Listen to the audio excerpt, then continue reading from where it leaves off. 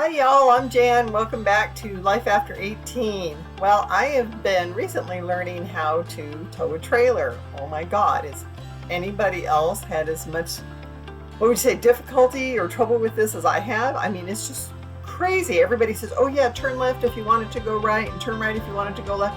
Well, you know what? Sometimes you get that trailer moving so far in the wrong direction that no matter which way you turn, it keeps going in the same direction. It's like, oh my God, how confusing is that? But it made me think of, thank God I haven't backed it into a pole or into a ditch or something like that. Funny thing, when I was talking to my son about this, he goes, oh yeah, Mom, I learned how to do this in the Marine Corps. It's one of those things where you volunteer for everything you can to get better qualifications. And then that way you can, gain your rank faster. So I volunteered when they asked who wants to learn how to tow jets. And I thought, oh my God. He goes, yeah, you don't want to take a wing into a pole. All of a sudden you're going to be listed as MIA. And then eventually after a couple of weeks, I'll say, oh no, we can't find him. We'll just call him KIA. So, and I thought, yeah, military accident, training accident, right? Well, luckily it's not that bad with a trailer. I've gone out once already. Seem to be doing okay with that. So haven't broken anything, hurt anything, destroyed anything, scratched anything. So I guess I'm doing well, but makes it bleh. So what it makes me think of is auto insurance. There is a lot to know about auto insurance, and I'm not sure that everybody knows this. Everybody says, oh yeah, you have to get it. Every state requires it. But what goes into that? So that's what I'd like to tell you about today is what goes into auto insurance.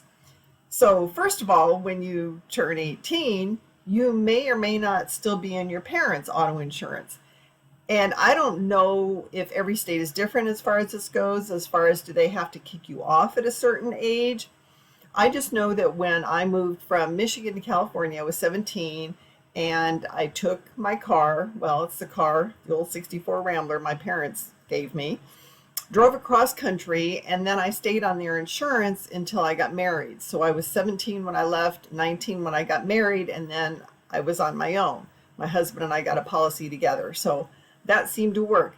Maybe it's different if you're in college. I have no idea. But you need to ask questions about this and find out if you were required to get your own policy aside from your parents' policy. So that's the number one question you need to ask. Can you stay on your parents' policy, or do you have to get your own when you turn 18? Every state is different. So, okay, that's the first question you have to ask. Now, how does it all work? All right, well, basically the whole point of auto insurance is if the accident is the other person's fault or your fault, you have some way of paying to have this damage fixed. And it might be damage to the car, but it might be damage to your body or the other person's body. You don't know how bad the accident is. You never can tell. So if the accident is the other person's fault, their insurance will pay for it. And oh my gosh, my cat is driving me crazy. So notice a little photo bomb going on earlier there. Anyway, if the accident is the other person's fault, their insurance pays for it. If the accident is your fault, now you get to pay for everybody's repairs and medical issues. So the other option, though, is if you get an accident and it's their fault and they have no insurance, wow. First thought is, wow, you're screwed. But there's something called the uninsured motorist insurance, and that's part of the coverage that you get on your own policy. So if it is their fault, they have no insurance, at least you have something on your own policy will take care of the repairs and any medical issues. Okay, so keep that in mind, which also brings me to what are the other types of coverage you get on an insurance policy? Auto insurance policy, I should say more specifically. Besides the uninsured motorist, you also have something called property damage. That is required. That means if you damage someone else's property, then you're covered, your insurance will pay for it. And you think, well, why would that happen? Well, let me tell you why that would happen. Of course, that has happened to me in the past. Oh my gosh, horrible thing. I was dropping my son's best friend off for work one day, and I was pulling into a parking spot, and what had happened is my shoe that I always take off when I'm driving, it got wedged between the brake pedal and the gas pedal. So when I got into the parking spot and I pressed on the gas, or on the brake, I'm sorry, The shoe was wedged in there and it kept hitting the gas pedal at the same time. So the harder I pressed on the gas, the faster the car was moving up over the curb, right into the sign, the big monument sign in front of this business. Bam! Knocked that sign right off its mount. It went flying, came down the side of my car, thank God not on the roof, but it sliced open my door like a freaking can opener. It was crazy. And of course, the whole undercarriage of my car, too, because I went over the cement mounting where the monument sign was. Anyway, luckily, I had property damage insurance, and it covered all that. And then it covered my collision coverage, covered the destruction I did to my car. So collision is the other part that is also required in your policy. It fixes your car, basically. And by the way, usually it fixes your car when your car is moving, and you think, well, what does that mean? What kind of damage could you have to your car if it's not moving? Well, think parking lots. People open their doors, you get door dings, people are going through with grocery carts, they smack into it. Kids might be playing with grocery carts out there. Anything while you're parked and you're not in the car and the car is not moving, this is called comprehensive damage. This is not required. It's usually a part of every policy, and what a lot of people do, they say, oh, well, that won't happen, so I'll put like $1,000 deductible, which makes me want to mention deductibles. You can have deductibles on your property, your collision, and your comprehensive. I think you can also have it on replacement costs too. What deductibles are all about, that means how much money do you think you can afford to pay out before the insurance kicks in? Okay. Collision, well, if you get in a wreck, even a fender bender anymore, I mean, a freaking bumper alone is just going to cost you, $2,000 or $3,000. So your deductible might be $250. That means you have to pay $250 before the insurance kicks in from that point forward. So if the damage is $1,000 worth of damage, you have to pay $250. The insurance pays $750. I hope that makes sense. Anyway, so pay attention to those deductibles. Oh, on comprehensive, I usually have a zero deductible on that, because the way I look at it is if somebody gives me a real good door ding in a parking lot, first of all, I'm going to be pissed off that they didn't stop and have their insurance cover that damage under their collision coverage or property damage, either one. Since you're parked, I don't know what's going to cover it. But if they took off and now you're stuck with this big ding in your door and paint and everything all scratched off or whatever, you have to pay for it. Your insurance has to pay to fix that, and that's where your comprehensive comes in. That's why I have a zero deductible, because not only am I going to be pissed off, I'll be more pissed off if I know I have to pay to have that fixed. So maybe that's just me. I'm not going to tell you what to do, but I would strongly suggest a zero deductible. Now, the lower your deductibles are, the higher your insurance premiums. So that might be a kind of deciding factor on what you want those deductibles to be. Anyway, back to, talked about property damage for people who hit stuff that isn't theirs.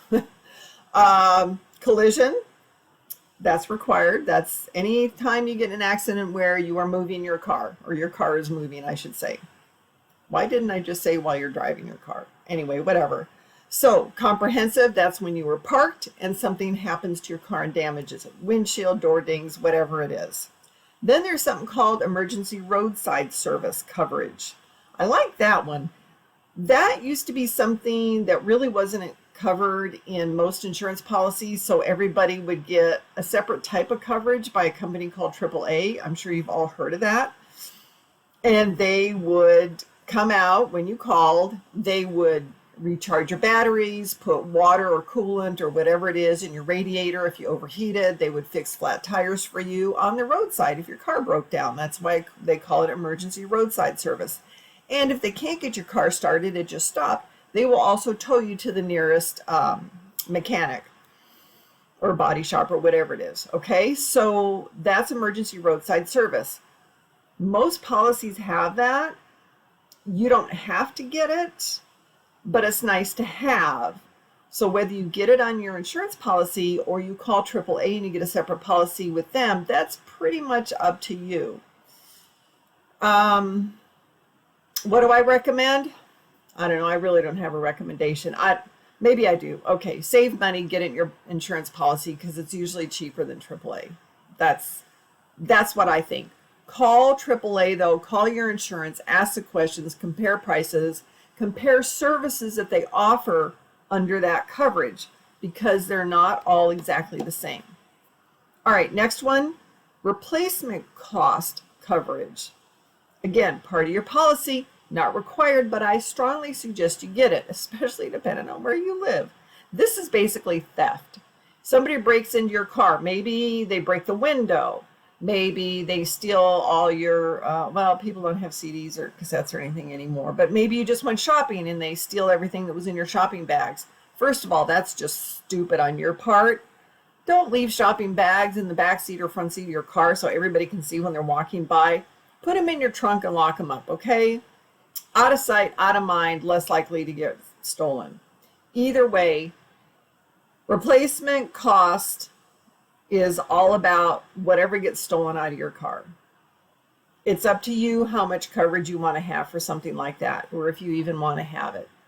I do have it. I don't think I have a real high dollar amount on that, and I'm pretty sure I have a zero deductible. Because again, it's one of those things, if somebody breaks in your car and steals your stuff, you're going to be so pissed off, you don't want to have to, put out the first $250 to cover that. Maybe you only spend $100 that day, so you're kind of SOL. So think about that when you think about deductibles for that one. Next one, bodily injury liability. If you get in an accident, it's your fault, you hurt other people in the accident, this covers their medical bills. If it is their fault, hopefully they have that coverage and they cover your medical bills. The other thing is, though, keep in mind, if you have medical insurance separate from this, that'll probably be more likely to kick in. And I think it kicks in first rather than this. So, I don't know. Either way, think about it. I don't think you get deductible options on this one. I haven't looked at my policy in about a year, so I don't remember. Anyway, think about that. Now, I also want to talk about, those are the different types of coverage for automotive. Like I said, it was property, it was collision, it was comprehensive, emergency roadside service, replacement costs for theft, and then bodily injury. One other thing I want to tell you about these coverages, if you have a loan on your car, like you bought a new car and got a loan, or you bought even a used car and got a loan, the loan company or the bank, aka the lender, is going to require that you have a certain amount of coverage on all these different parts of your policy. I remember on bodily injury always hearing that phrase about 100, 300. That's 100,000 and 300,000. It's, I think, the max you can get as far as that type of coverage on bodily injury. Anyway, that was required by my lender. Collision, it was required, you were required to have enough coverage to pay for the replacement of the vehicle, whatever that vehicle is worth. Now, when you sell your car, not when you sell your car, when you pay off your car loan, you can drop a lot of this. It's no longer required. The state requires like some minimums. Every state is different. Again, call and ask, find out what that is, or look it up on the internet, whatever. But a lender will require usually maximum coverage on all these different parts of your policy. Again, you pay off your vehicle, you're not required to do anything, I think, except maybe minimum on collision, bodily injury, comprehensive. You just have to do the minimums. So just so you know, that's why a lot of people say, oh, I paid off my car, so my insurance went down.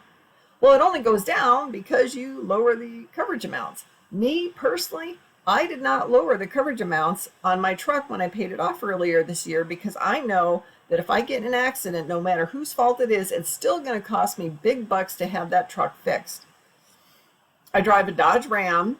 Fenders alone are probably $1,000, if not more. Thank God I haven't had an accident, so I haven't had to look that up. Keep it in mind, though, okay? just because you pay off your car doesn't mean you should lower all those coverages. Now, this also depends on your own personal budget too, so take that into consideration. If you're better off and you can afford to buy food or feed another child out of 5 kids or whatever it is, if you drop your insurance coverage, then do that. Okay, use a little, common sense here.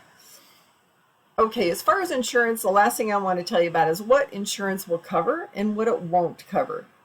You have all these different coverages and you think, oh yeah, I'll do it. I'll use my insurance when I get a flat tire. No, you won't. Insurance doesn't cover basic maintenance, such as flat tires or tire replacement, oil changes, fluid replacement, transmission services. Those are called basic maintenance services. They're up to you. They come out of your pocket no matter what. And as I say, flat tires, no. Spark plugs, wires, accessory belts, things like that break, just normal wear and tear. Brakes, your brakes go out, sorry, you are on your own. All right, think about that too when you buy a car, because a lot of times people buy a car and they think about the cost of the insurance and they think about the car payments and hopefully you think about what the gas is going to cost you. But nobody really thinks about these other things, these maintenance things, and those costs, and what those are going to cost you. Those all come out of your own pocket. So you really need to consider that when you buy a car. Well, that's all I have to say about auto insurance. Hopefully you got enough information out of that, and hopefully the next time I do a video, I will tell you that I am very successful at backing up that darn trailer, and I haven't destroyed anything. All right. Remember, if you have any questions, comments, or suggestions, things you don't understand, things you'd like to learn, how they work, send me an email, jan@lifeafter18.com. I am more than happy to answer your questions, possibly do a whole show around it. Wouldn't that be cool? And I'll even mention your name. Anyway, that's it for today. Bye for now.